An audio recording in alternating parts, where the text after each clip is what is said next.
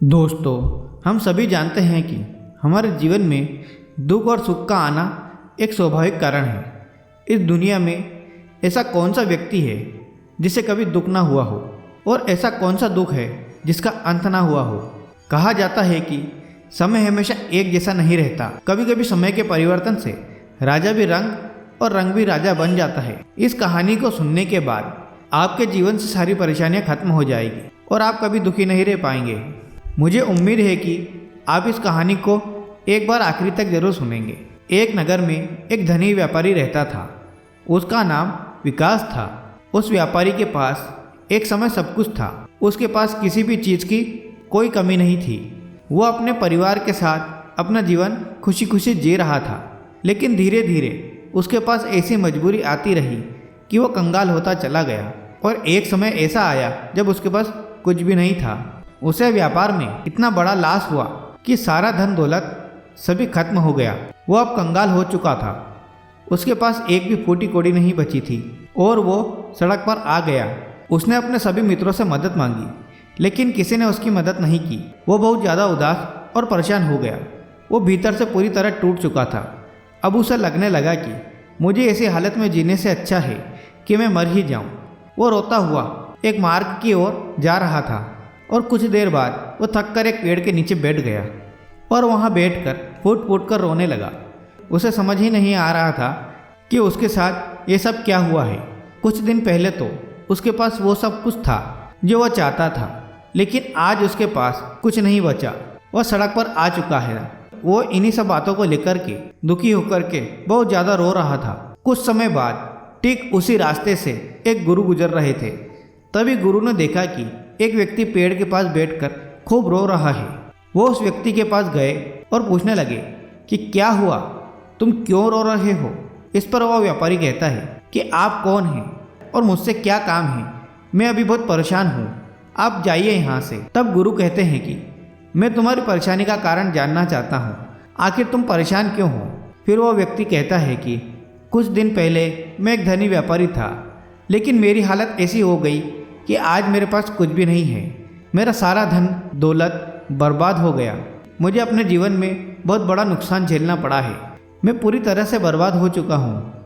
मेरी ऐसी नौबत आ गई है कि मैं अकेले सड़क के किनारे बैठे इस तरह रो रहा हूँ। जिन लोगों पर मैंने भरोसा किया था सभी ने मुझे धोखा दिया है।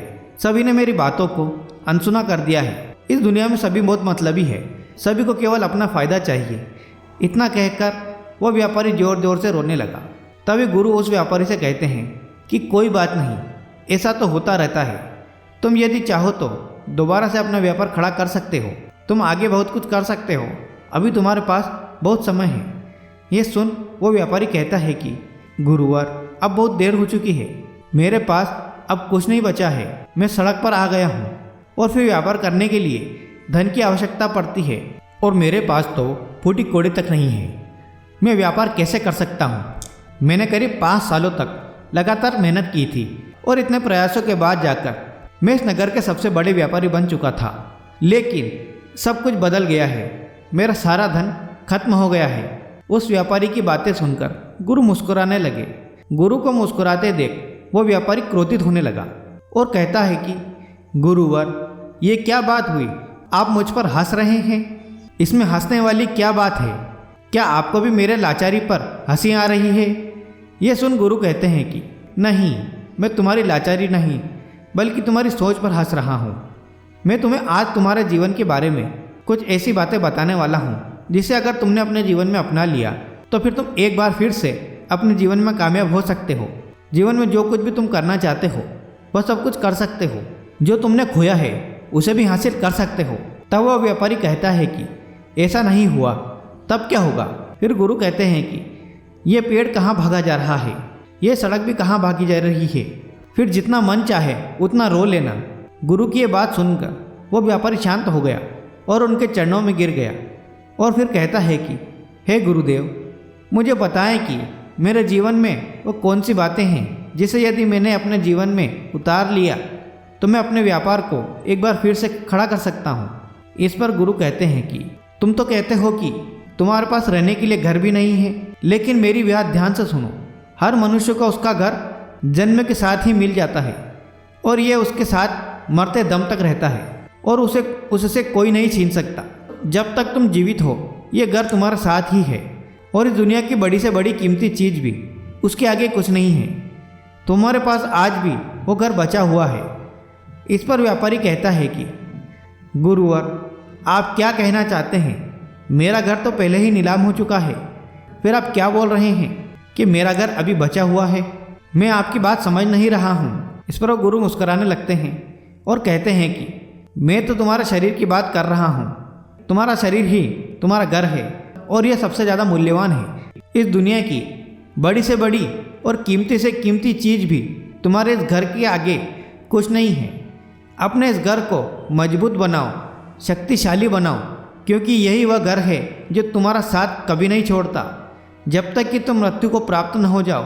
यह सुनकर वो व्यापारी उस गुरु के आगे हाथ जोड़कर कहता है कि गुरुवर, आप सही कहते हैं। मेरे शरीर से सबसे बड़ा धन कुछ नहीं है, यही मेरा असली घर है।